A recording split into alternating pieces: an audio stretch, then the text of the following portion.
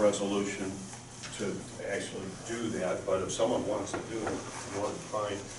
Jen and I have taken some notes on there, you know, just whatever they are, so. So I'm gonna do my couple of things first, because they're quick, kind of easy. Did you take a copy? I did not, no. Okay, so a couple of things that we have on the agenda today. The big thing is gonna be the special ed update that Cheryl's gonna do. One of the things that I wanted you guys to be aware of is we are going to be putting on the agenda the adoption of a new foreign language curriculum. So I brought the page from Vista, is the company that the teachers, after they went through, they did looked at 3 or 4 different programs. Here, Gary, you weren't here on Friday, so I didn't tell you this is coming. You just need one of those, Scott. Here. Oh, thank you. Got it, next one, okay. So the front side, the Senderos is the Spanish side, the back is the French side. So we'll be, the teachers looked at, let's see, 3 programs in totality. They were actually using another program that's getting ready to end right now, our subscription to it, and they really were not happy with what the program offered. It has a lack of grammar. The videos that were embedded in the program didn't really correspond to the material that they were teaching. So they did a review, and this is the curriculum that they settled on. They like it because it has the culture aspect, it has a good grammar and vocabulary, hits all 4 areas, the reading, writing, speaking, and listening. The videos are realistic. They don't believe we need a workbook, so we're probably just gonna go with the basic student license of $119.95, Gary. Okay, we'll need a total of $879, that's on the French side, is the total. I had it split up just because I was curious how many Spanish students we had and how many French students we have.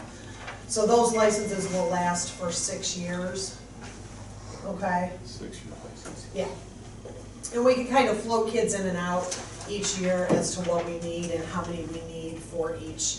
You know, some years we may need a couple more Spanish 4 and a few less, French 1, however it works out, so we can play around with those. And they seem to think that everything that they need is embedded in this program. They will get teacher copies of everything for each level, so all the teachers, what they need, they'll actually get a hard copy, which comes with the program of the book, but otherwise we won't have any textbooks for students. We'll do everything through the student licenses online. Now, is there any audio with this, or are they just books?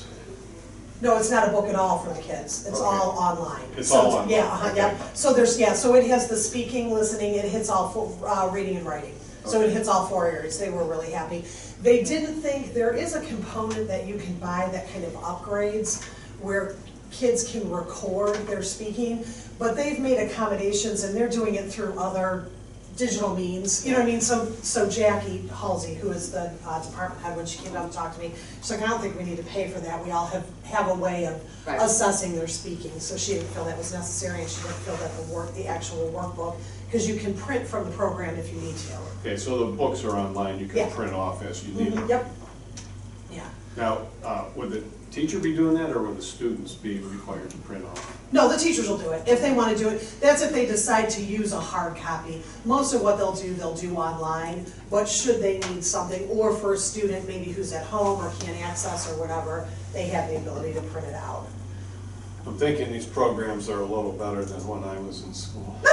Well, yeah, I feel like Spanish is Spanish and French is French, you know what I mean? It hasn't, but the access, one of the cool things that Jackie did say, that they have access to now, that clearly was not around when any of us, are the videos. And hearing people, native people speak and that kind of thing, so that's a really cool feature. Well, it's really neat too, because I listen, like when my daughter does it, it's so interesting too, because they can slow things down to really actually hear it versus, you know what I mean, to really like understand it. It's so much different than when we took foreign language and Right, there's a because I've teacher in the got front of the classroom. Spanish-speaking guys that work for me, and they go so fast. Right, I mean, I only had 2 years, but still, I can't keep up. Right. right, so this is really neat, I mean, you really can slow it down significantly so the Yeah. kids can really hear word for word the things they're trying to find, it's, Yeah, that's neat. Yeah. yeah. Good. So you will probably see this, we might as well get it on in April. Okay, at the April meeting, you'll see the. How is this different from how much we pay now? Geez, I don't know. Is it the same wheelhouse-ish? Here's what I will say.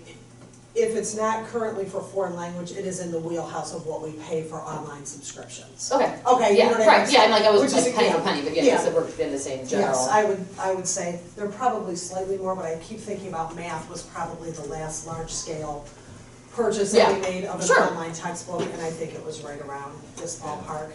So, we can talk, you know, we can. I know, we just don't get those Yeah. kind of questions on what, you know. So, okay, so that was kind of a low-hanging fruit that I had to let you guys know.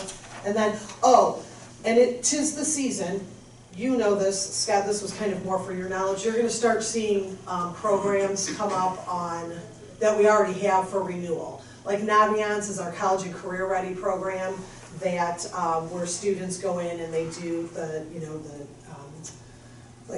personality and the career interest inventories, and they compile all that, what jobs are good, they can do college searches. So that's coming up. MAP, which is our measures of academic progress, that's what we test the kids with 3 times a year, you'll see that renewal. And then there'll be other basic programs that we just have a widespread. So I just wanted to make you aware that you're gonna start to see those pop in as the contracts come through. I throw them to Gary and Angie.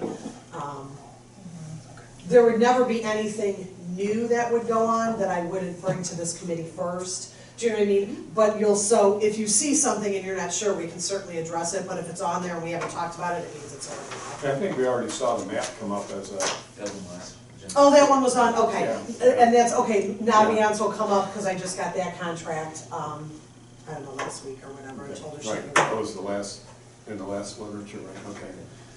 So those were the 2 things that I had, just kind of updates to give you guys, just things that are coming up that you should be aware of. Great. Okay?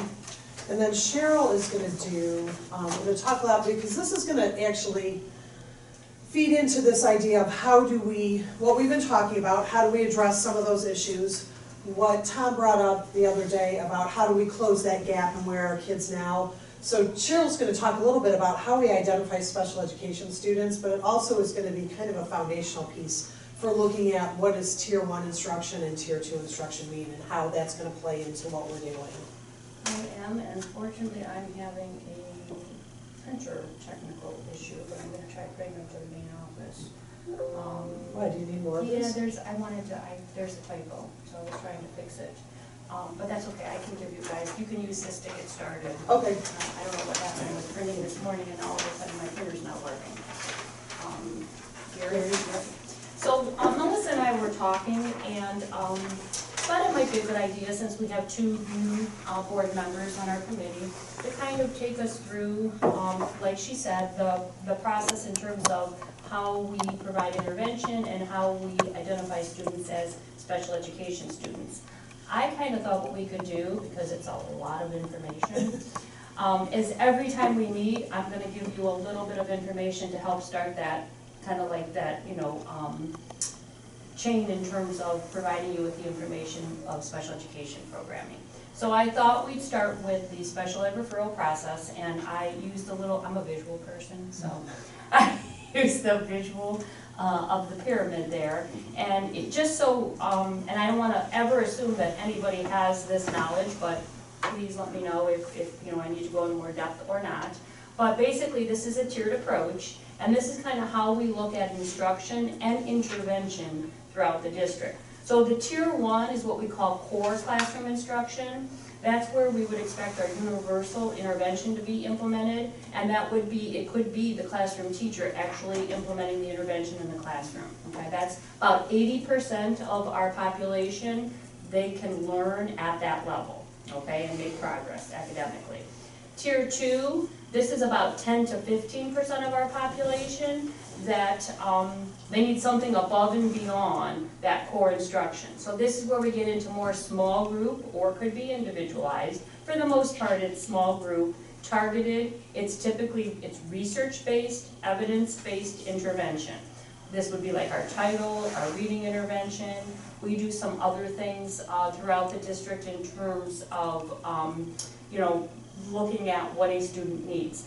We have 3GG meetings. That's where we meet 3 times a year to Third grade guarantee. Third grade guarantee, I'm sorry, thank you. We use so many acronyms I know. in special education, and I try really hard, but sometimes my brain is kind of like on automatic here. Yes, third grade reading guarantee, where we're meeting 3 times a year. The team's meeting 3 times a year and looking at whether or not a student is making progress based on their third grade reading guarantee plan. Okay, and then your top, so the green part of the pyramid is about 5% of the population, give or take, that can't make adequate progress with that tier 2 intervention. So this is where they've gone through a referral process, and that's kind of what I got into below, and we'll kind of walk through that. But this is where we provide our special education programming. Okay, so this is the specially designed instruction that students actually have been, it's been documented through this formal process that they require in order to make satisfactory progress. All right, and then I kind of described, again, just because I wanted to try to put a more in terms of a visual with the tiered approach. Basically, the referral process, there's classroom-based screenings. Again, we use math in our district. An intervention is provided, that's tier 1. Small group targeted evidence and research-based intervention is provided, where we kind of gather baseline data between tier 1 and tier 2, and that's what I've indicated there. And then progress monitoring typically begins at a student's instructional level.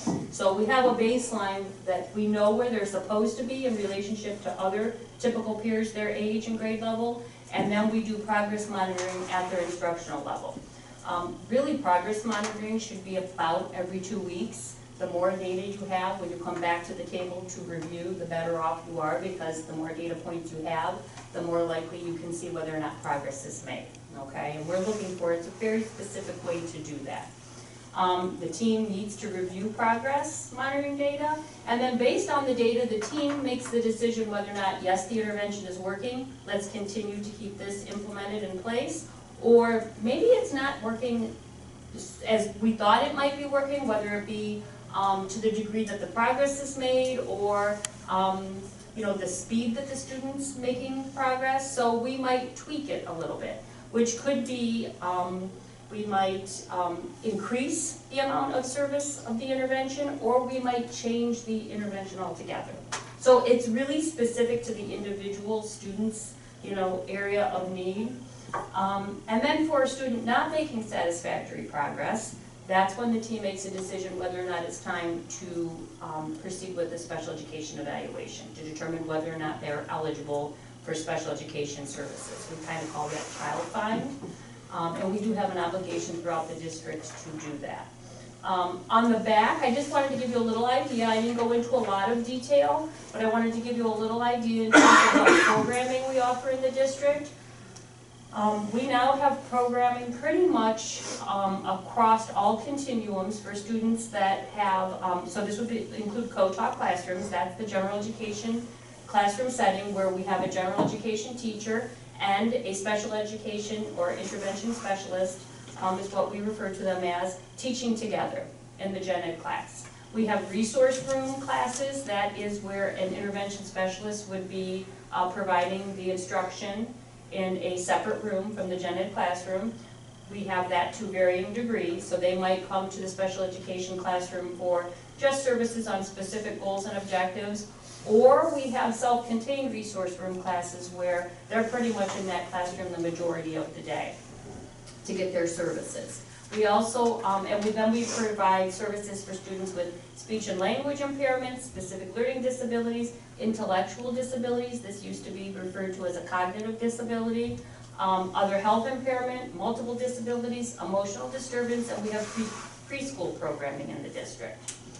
All right, we don't have services, like we don't have a specific program for students with hearing impairment or visual impairments, but I did indicate that we contract with other agencies and individuals to help support students if their needs can be met in this setting. We have those services available and assistance that a student needs. And then I just gave you another little visual there of the referral process. It starts with the pre-referral process, and that's where you can go back and forth in terms of interventions being implemented, to the referral process, evaluation, IEP development and implementation, and then for a student that is identified, every 3 years they have to be reevaluated. And the reevaluation is really to determine whether or not they continue to qualify for special education services. Any questions? Number of students in tier 1, tier 2, and tier 3, do we know? I can tell you off the top of my head, tier 3, it's about between, we fluctuate. We're about 11 to 12% of our population has been identified as requiring special education services. It's about 500, maybe 550 students in the district. I could get you more information specific to the number of students that are receiving like tier 2 interventions. So tier 1 is everybody. Right, tier Tier 1 1 is is what we everybody. do in a regular Oh, class. so, All okay, so when that, students. all right, So so when that it would says be universal, everybody. that's Yep, everybody. That's everybody, Yep. but 80% of our students, can make progress, and that's all they need. Yeah. Yeah. It's then when you go to tier 2, it's about 10 to 15% need something more, and that top tier is our special education population, for the most part. Okay. got it. Okay. Yeah. No, that's helpful, thanks. Okay.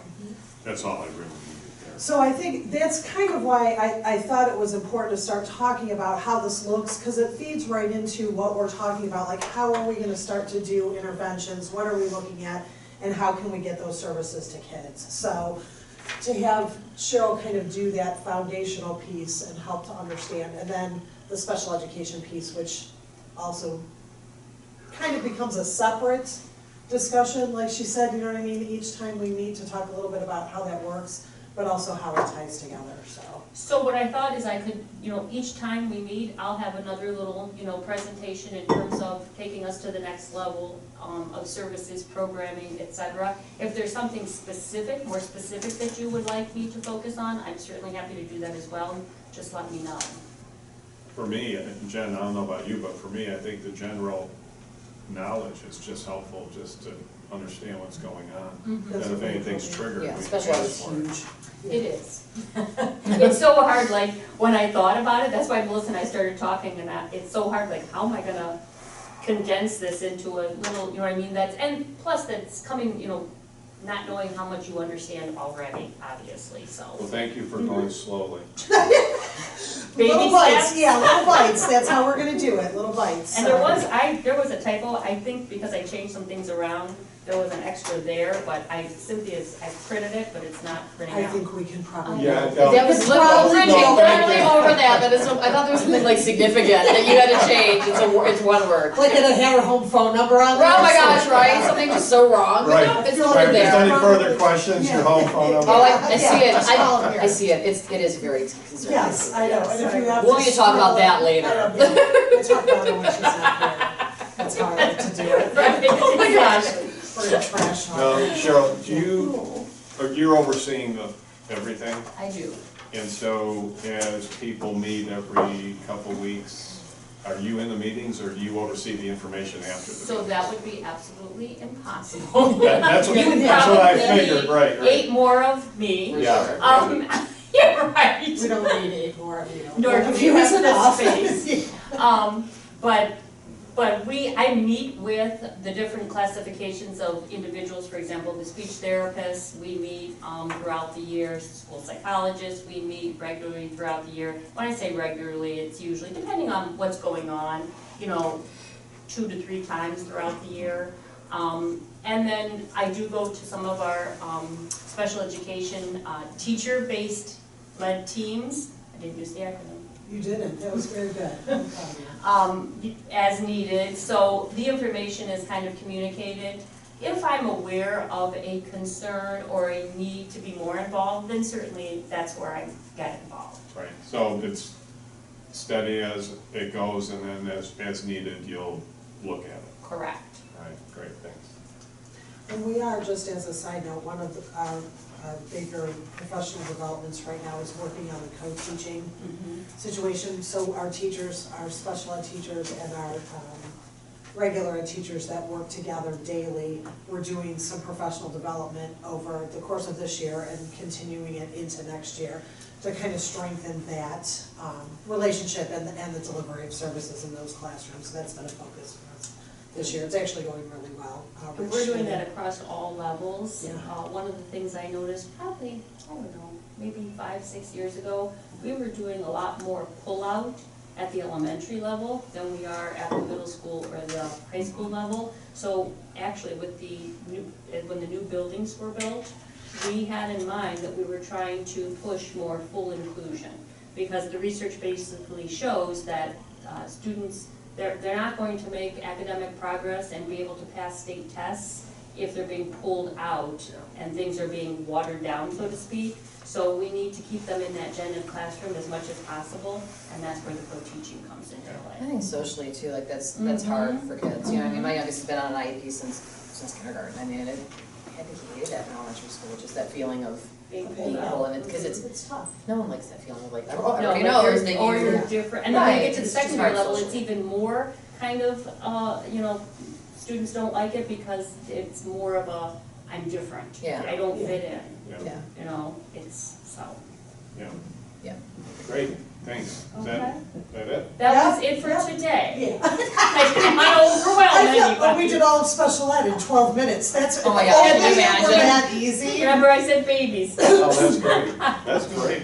And again, if there's anything else you want to know more specifically, just let me know, shoot me an email, and, you know, we'll try and Put it on the radar, yeah, Mhm. for next time. Yeah, I might at some point get together with you and you could maybe just walk me around, because I'm also a visual person. Sure, so I didn't get into like where we have certain classrooms throughout the district, that's kind of down the pipe, but, you know, when I first started this position, we didn't have programming for students with emotional disturbances. We sent them outside the district, they were in separate facilities. Yeah. So that's something that, you know, we now have Right. in-house. Well, when Jim took us around and showed us, well, Parkside and here, of course, you know, I saw some of that, because you Our autism walked and into some of those rooms. Yep. our classrooms for students with multiple disabilities are located at Parkside. Yeah. Yeah, so we saw some of that. So coming in, on this paper right here. Yes, The very first column and the very first item, I had put a star next to it. And I had put, of course, MM on there because as everyone was presenting, you know, I knew who was presenting what, so of course you're on there. And the very first one, it says proactive and sustainable initiatives make Riverside a model of school improvement by shifting from follower to innovator. And I thought, great. And my idea, in even running for the board and then becoming a board member is it, you know, can we make Riverside the gold standard? And so, you know, I thought that was good, and I put gold standard there. So I'm just sharing what my idea is. Can we do some work to improve what we have and really make Riverside the gold standard, such that possibly, is it possible, other school systems would even want to copy what we're doing? So anyway, that's a thought. And then I had taken some notes on the white page, and this was The from notes- the curriculum audit. So, yeah, that's what this page is for, just so everybody, you know what I mean, remembers what this is from. right, Dr. Dave Silverberg, right? Yep, And from Ashland University. yep. And I didn't even read my notes. I just brought the paper because there were a couple things on there, and so my notes, okay, there's just some ideas, right, some thoughts in there that I had taken. And the recommendations is where I was looking at on here, so to follow through on what we just said on this page. There's commendations and then recommendations, and then I thought I would just read through maybe the first 3 or 4 of these. Consider where it might be beneficial to move standards that are partially implemented to becoming fully implemented. And so it sounded to me like there was a recommendation to say, okay, there's some partial activity, can we get to fully implemented? And then consider ways to move standards out of the not implemented categories into partially and then fully. And then reflect on don't know responses and consider next steps for clarifying. Talk about a typo, there's a little typo there. Understanding and implementation of those standards, and then reflect on what could be done to improve instructional strategies to help close the gap between what is taught and what is known about student achievement. So no, we didn't do a copy of this, but there was the survey that was done, the teacher's perception survey. And so on the front page of that, it said, how well does the district use common assessments to improve instructional practice? And a concern I had there, which I think might be an opportunity to assess that and see what we can do. On the not well, it had 44 responses. And in the very well, there were 8. The well, there were 32. And the somewhat successfully, 53. And so I thought that maybe we could look at that. So with that, my thought, and if you have any other thoughts, certainly share those. I was looking at if we could get the results from grades 3 through 10 on the math testing. Maybe the state testing and the math testing for 18 and 19, because we know 20 and 21 weren't real reliable. And if we could look at 18 and 19 and just see, I'd like to look at those, and then we can go over those at the next meeting. So I gave those to you. Oh, That's you what did? I gave to you guys on, what day did we have a board meeting? Thursday? So that was a handout there? Yes, so on that handout, and actually those are the scores, they go back even farther than that, Scott, I but don't know yes. if I brought that Yeah. with me If today. not, I can make another copy for you, because I think it's sitting on the I know I desk. have it, Okay, but I know that I glanced at it and started to look through it, but that's exactly what that is? yep, so one side is math, one side is language arts. Right, Okay, I so saw you have that. a- And was that 18 and 19? It goes all the way back, it goes all the way back from Oh, the okay, inception. that was the Yep. chart like this? Yep, uh-huh. Okay, Yep, all right. so you can look at that, I might have a easier way that it's Well, no, if I have presented. questions, I can just come Okay, in and yep. spend 10 minutes with you, Yes, and you can that would sit, be you can perfect. show me what Uh-huh. it means, you know? So. I'll pull that out, I don't need a copy, I have Okay, you it. have it, okay, so So- here's what, so here's a couple of thoughts that I have, because just so you know, this is absolutely the direction that we're working in. So everything that you're saying are things that we have in plan and are in the strategic plan to help us moving forward. So the first thing is, this part about looking at the standards partially and fully and not implemented. So we're gonna start that work at the beginning of next year, we'll lay that groundwork this year for what's coming up.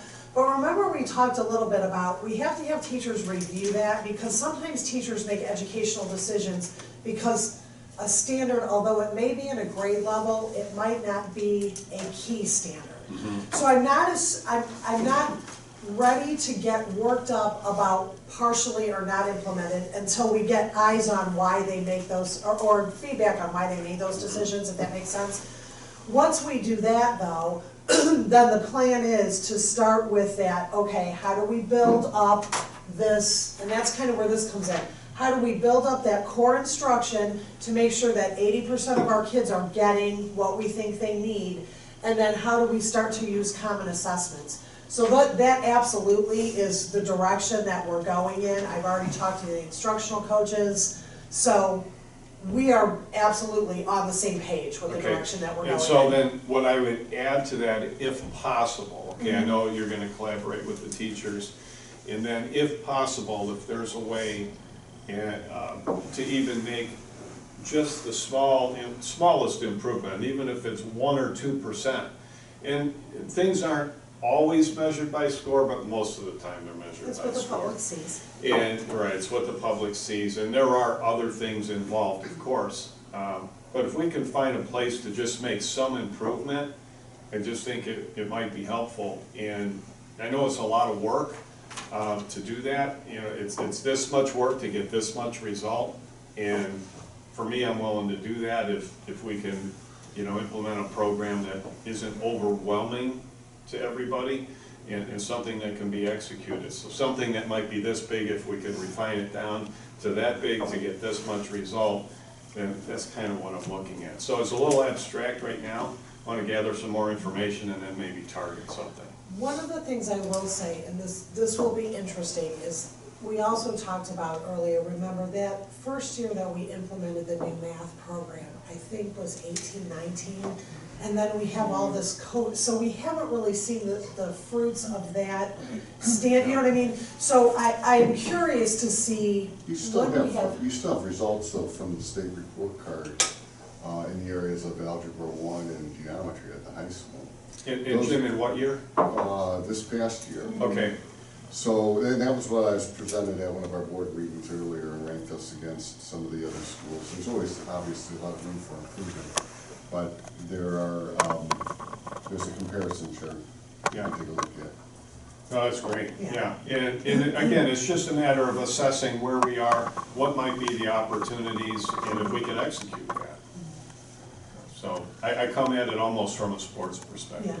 no, and it's interesting that you say that, because that's how I'm viewing our instructional coaches, is how can they get in, coach teachers up so that the implementation is standard across the board and, you know, happening in all the classrooms. So I like the analogy, I relate well to a sports analogy also, so that works for me. But we are for sure heading in the direction that you're hoping. And I just met with the coaches last week, I'll meet with them again in 2 weeks, and that's what we'll do is that's what we're starting. So I laid the groundwork with them, I'm like, we gotta start planning for what our professional development looks like and what we need to bring in next year.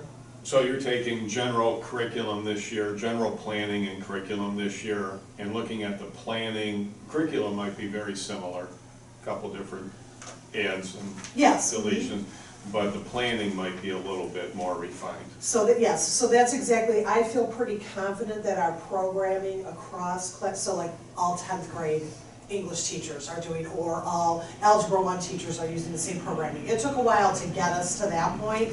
Now, yes, we're ready to start digging in and start looking at what's happening in the classroom. So, Yeah, great.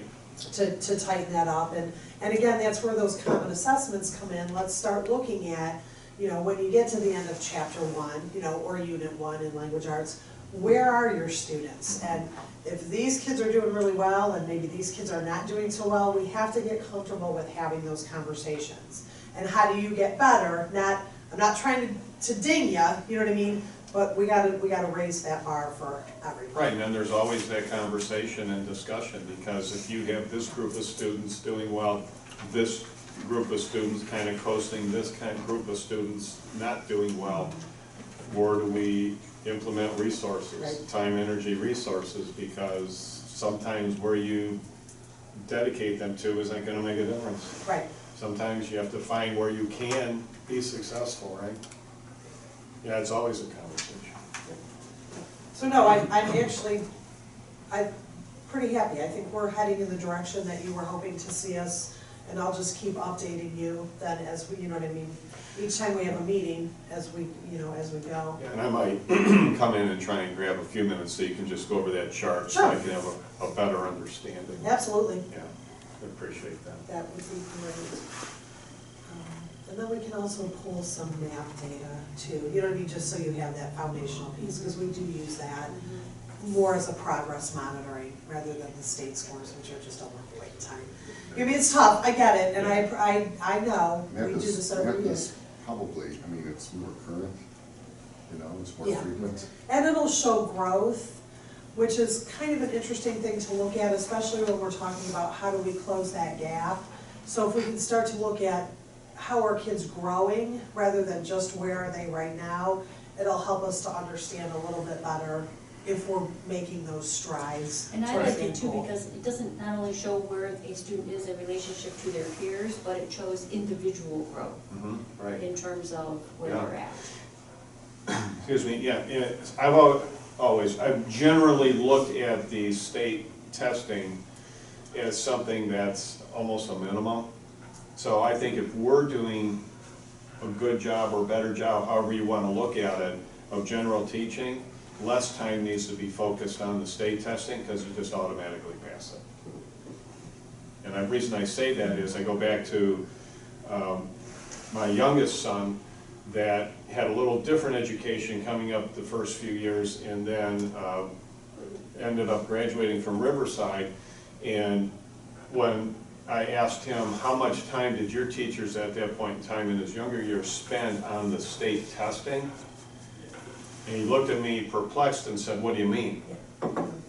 Because then I asked him again, he said, no, we spend no time on it. Everyone took the test, passed it, the teachers didn't spend any time on it. So we don't teach like that either. And I have been adamant about that, because if you have good teaching, I'm of the same mindset. If you have good teaching, you're gaining those skills, and we're meeting those, we're checking those boxes, and the test just becomes a way for you to show what you know. Because my thought is, if you're actually teaching to the test, you're moving backwards. Yeah, nope, yeah, so that is, I am not in support of that either, Yeah. so. Right. The foundational skills, should be there. That's how we lift everybody up, you know what I mean, at the same. And Cheryl, with what you do, with that program of identifying students that have greater need, it just helps everybody. Because if you have too many people in the lower end that are disruptive in a class, then everyone else can't learn. So having people identify getting individual help almost at times is so helpful. So it's not only helpful for the individual, it's helpful for the whole. Just keep in mind, the goal really is not to identify students as special education students, is to provide what they need between tier 1 and tier 2 to close that gap and make the progress they need. Right. So that's why it's just a smaller percentage of students that really require something above and beyond those 2 tiers. Great. Well, I'm good. Anything I think else? you guys are good. All right. All right. I feel pretty good. We're moving in the right direction. I like it. Good stuff. Yep, it is good stuff. I also I'm excusing all of you guys, because you're not the education person. I found a new book that I'm gonna make everybody do a book study on, but it's all about looking at the data, and then actually, so the premise is that I'm still here to listen. the era, don't make eye contact with those guys, because they don't like to read. Last one was Urban Meyer. Oh my, yeah. Did our culture change, Jim Kalis? Indeed it did. So,